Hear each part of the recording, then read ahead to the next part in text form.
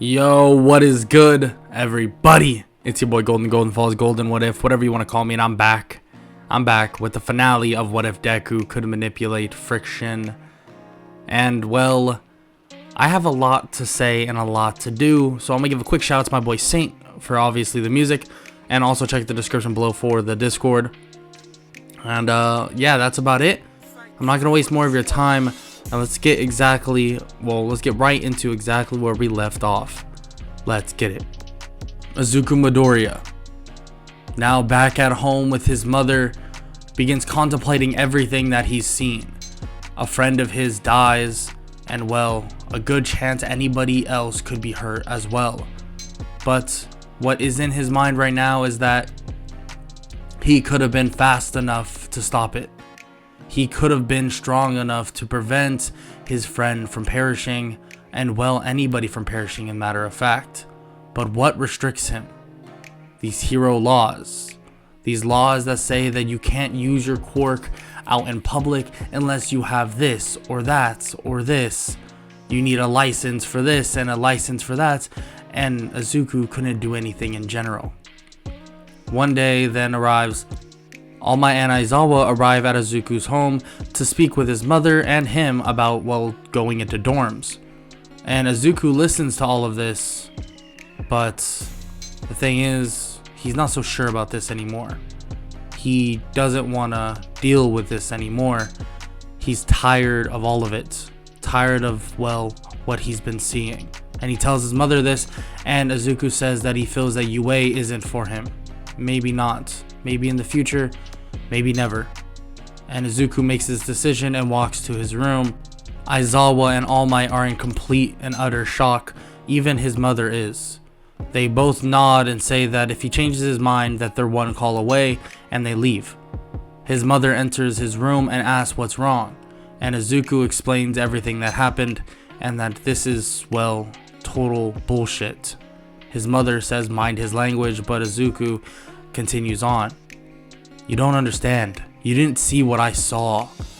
Someone dead at another villain's feet. My own friend, classmate. It's ridiculous. I couldn't do anything to stop it. And you want to know why? Because I'm all hawked up on this idea that I can't do certain things unless I get permission from a hero. Unless I have a stupid card to tell me otherwise. Izuku gets frustrated and his whole house begins to shake. And he stops. I'm sorry, Mom. I'm not mad at you by any means. I'm just frustrated. That's it. His mom says that she understands and that she'll make some food and maybe they'll talk over about it after dinner. So that all occurs, but Izuku doesn't really care. He doesn't mind the fact that he doesn't need to go to a hero school anymore. He's over it. Not over being a hero, but over this whole society's, well, boundaries and lines that you can't cross. He finds it ridiculous. He finds that a villain will cross any line to hurt somebody, but a hero cannot do the same. A hero cannot push every boundary to make sure someone is safe. Well, Izuku disagrees with this, and Izuku will make that very apparent. In his room all night, he begins working on something. Changing his hero outfit more and more to a black outfit with a mask and, well, eye sockets that will cover his eyes and pupils and actually covers his hair as well. His outfit is built around, well, a comic book he saw before, a comic book, well, by the name of The Flash. But this is different. He carries a giant black suit and his eyes seem to be, well, static. The suit is completely black and it seems like the mouth part of it is, well, tied up as if it has a threaded needle through it. This outfit is very reminiscent to a villain that, well, the Flash went up against by the name of Zoom. But he's no villain. He just wants to make sure that he has no remnants of his old, well, suit. Make sure that he can't be traced back to, well, anything he does that will get him in trouble. Izuku Midoriya then decides he'll go to a regular high school and save people, well, on his own 2 feet and under his own fruition. Izuku Midoriya refuses to just let these, heroes decide whether or not he can help people. Just like that day that he dashed into the sludge villain to save Amora. He wants to save everybody without a thought, without a second thought at all. And when you need a license, and when you need permission to save somebody, that is not true hero work. That is a monopolized idea of what hero society is. And Izuku Midoriya, over the next couple weeks, begins doing just that. Dashing in and out of certain scenarios, saving people, and while fighting for the greater good. And his name began to get out there very quickly. It seems like this black blur would just fly by, take out villains, not kill them, but then save people. And then immediately he would leave once again. His outfit resembled more of a villain, but the actions were ones of a hero. Izuku Midoriya would make sure that everybody he can see would be saved. Everybody that he could possibly help, he would help. Eventually, one day then arrived where he may have been outclassed, or at least that's what he thought in the beginning. All Might and All For One were at their final whims, ready for their final encounter, their final battle. He watched on from, a rooftop, watching as All Might and All For One begin clashing back and forth. These two titans, did not know when to stop, did not know when to quit. Eventually, All For One was ready to finish off All Might. All Might lost most of his power and it was practically done. But Izuku stood on top of that building and realized he could do something, even for the symbol of peace. He made his body, slowly but surely recover. All Might can feel that his body began to recover, as if the tension within his body began to subside slowly but surely. And for All For One, when All Might went to go give the final blow, he was frozen in place. It was as if All For One could not move, and All For One would be defeated here and now. But when All Might lands the blow, Izuku is running back and forth with the idea of finishing him off. Izuku could make, the friction in his lungs completely stop. More or less, making it so there is no way air will get within All For One. He will no longer be able to breathe. So should he do it? Izuku is, tempted with the idea, but decides not to. The man is defeated. There's no reason to, put him out of his misery, or maybe there is. Izuku leaves and keeps on with his, daily routine of saving, going to school, a regular school, of matter of fact, and he just continues on and on. That's until he gets a call. He answers, and the person, his good friend Amora, says that she knows. What are you talking about? Amora, I'm in school, I can't. She cuts him off and says that she knows that he is that person. The person that has been, running around and saving people from villains and defeating various villains as well. He tells Amora that that's ridiculous. He hasn't been, doing hero work in forever. Why would he be? He's done with it. He doesn't want to anymore. It's not for him, I guess. Amora says that is BS. That is just ridiculous. It's not what Izuku would truly want, and she knows from experience. Izuku saved her that day. Izuku was the reason why she wasn't hurt in that sludge villain attack. She knows that the heart of a hero is still within him, and says that she's outside, that she wants to speak with him in person. Izuku shakes his head and opens his door, and Amora is standing there waiting and walks in. They begin talking about everything, and Izuku explains that yes, it's him, but she can't tell anybody about this, that it's just his secret. And she says that why would she? There's no reason, that she owes him a favor anyways. So the conversation goes relatively okay, and Izuku just goes on to the next thing that he wants to do. He's trying to keep up, save people, but he's been running out of ideas, running out of people to save, running out of people to help. Eventually, well, he more or less just goes into a agency. He doesn't know what agency, but he begins looking for other tasks to execute, eventually finding something interesting. He's heard about this person. Not much about him, but some things. And his name is, well, Overhaul. The leader of the Shia Hazaikai is, well, a major problem in this city, in this country. And, well, Izuku wants to shut it down. Bring it all to an ultimate stop. So he begins running around, trying to find any evidence of Overhaul himself, eventually finding something odd, hearing a little girl running out from an alleyway. He sees another hero there, but it seems that this hero refuses to take action, at least at this moment. So Izuku drops down right behind the leader of the Shia Hazaikai, Overhaul. In his black suit, fear began to, overtake nobody. They're not afraid of him. The hero that's in front of him is Mirio Togata, and the person by the name of Overhaul fears practically nothing.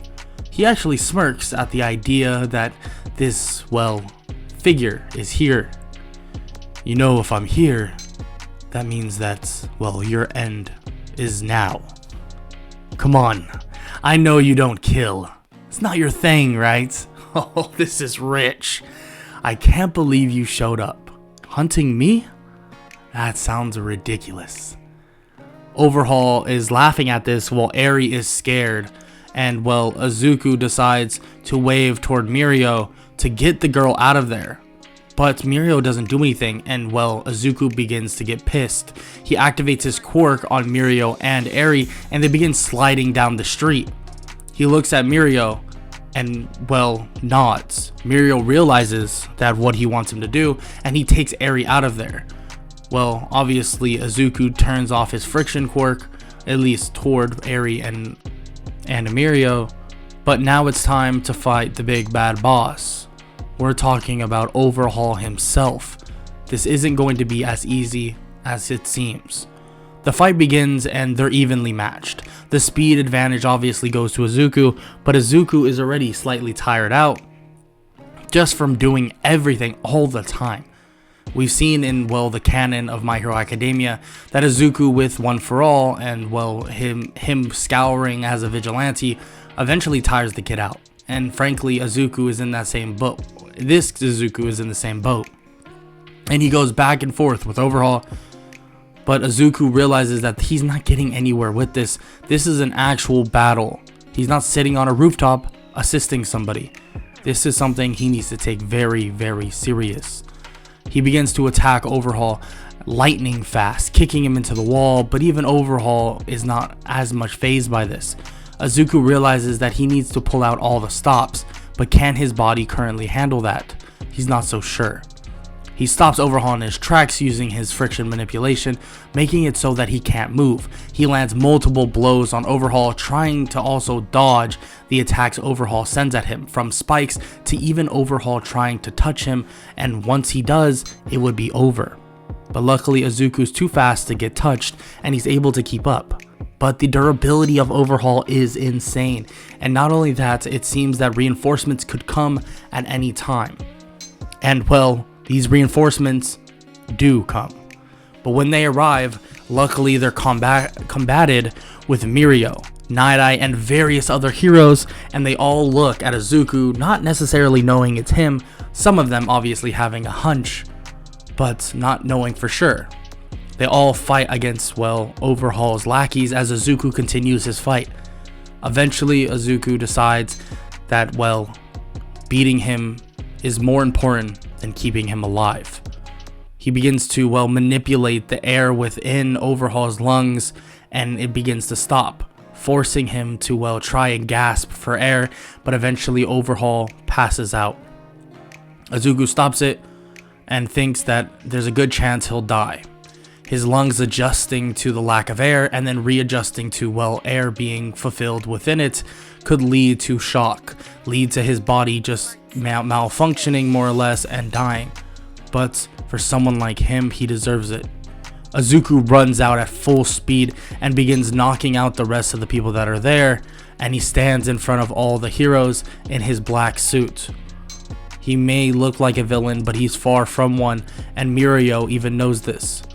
He stands in front of them as Aizawa activates his quirk to cancel it. Now Izuku is stuck. What will he do now? They approach him with the police, and so does Night Eye, and they begin talking to him. So you're him. The black figure, huh? The suit is very nice, kid. But we all know who you are.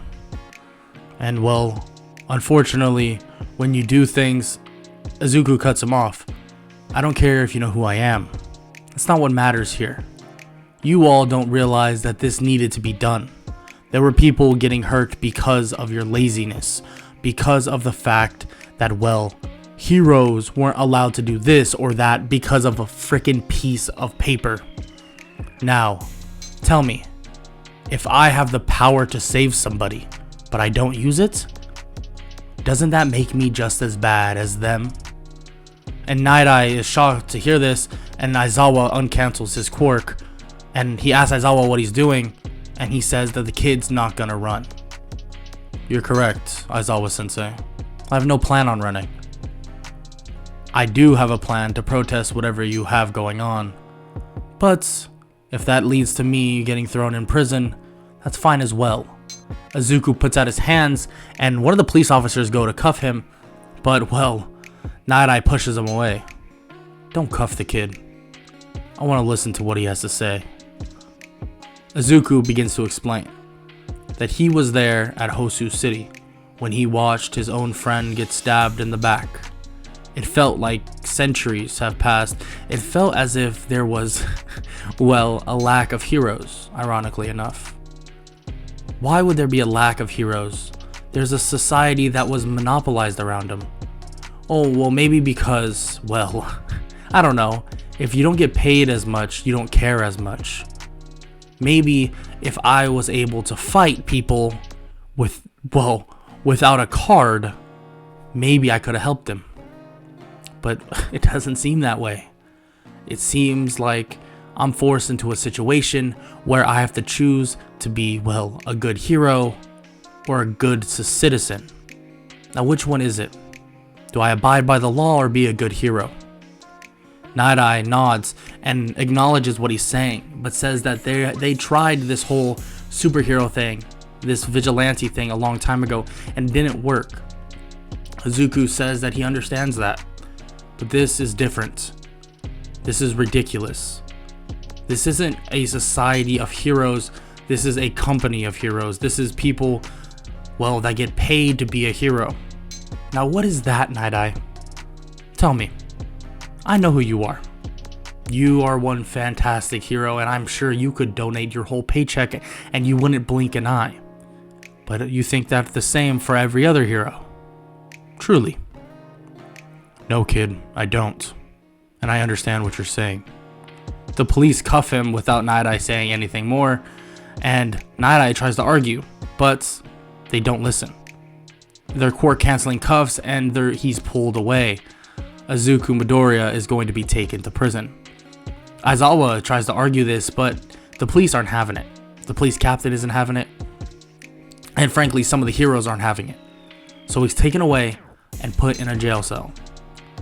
Once again, he's approached by, well, Nezu and Aizawa, saying that if he comes back, well, he can get out of here. But Izuku just smiles.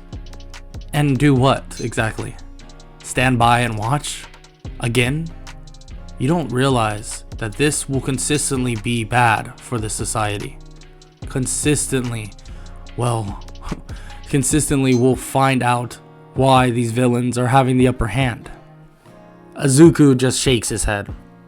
Look, if I wanted to get out of here, I would have been gone a long time ago. It seems those quirk canceling cuffs don't even work on me. Same thing with Aizawa's quirk. But out of respect for you all, I wouldn't do that. I'm no villain. I hope you all realize that. Aizawa says that he's known that for a long time. Well, it's been pretty blatantly obvious. And he says that he could get out, he just has to, but Izuku shakes his head and says that this is his way of making a statement. When he gets out, he hopes that this society is better. more fit to actually save people. Izuku smiles and says that he hopes that it's sooner rather than later, so he doesn't have to miss his prime years of being a hero. But it's really up to what society truly wants, correct? Izuku just keeps reading his book, as well Nezu and Aizawa see that they can't convince him otherwise. They leave, and Izuku is stuck in prison, at least for the time being. Lots of time passes.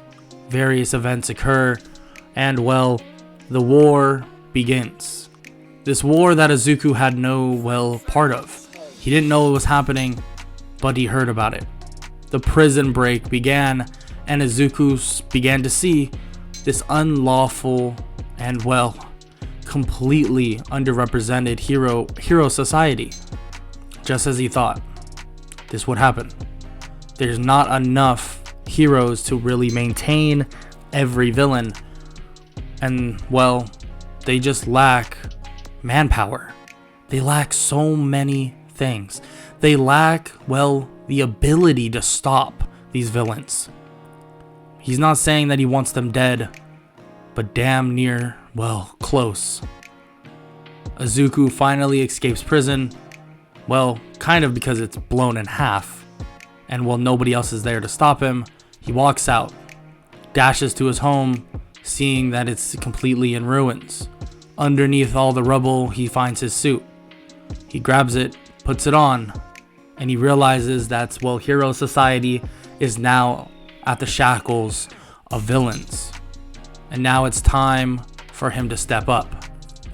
He's been talking about it for a while, and he says that a real hero will step up when everybody is in need, even when he doesn't have the means to do so.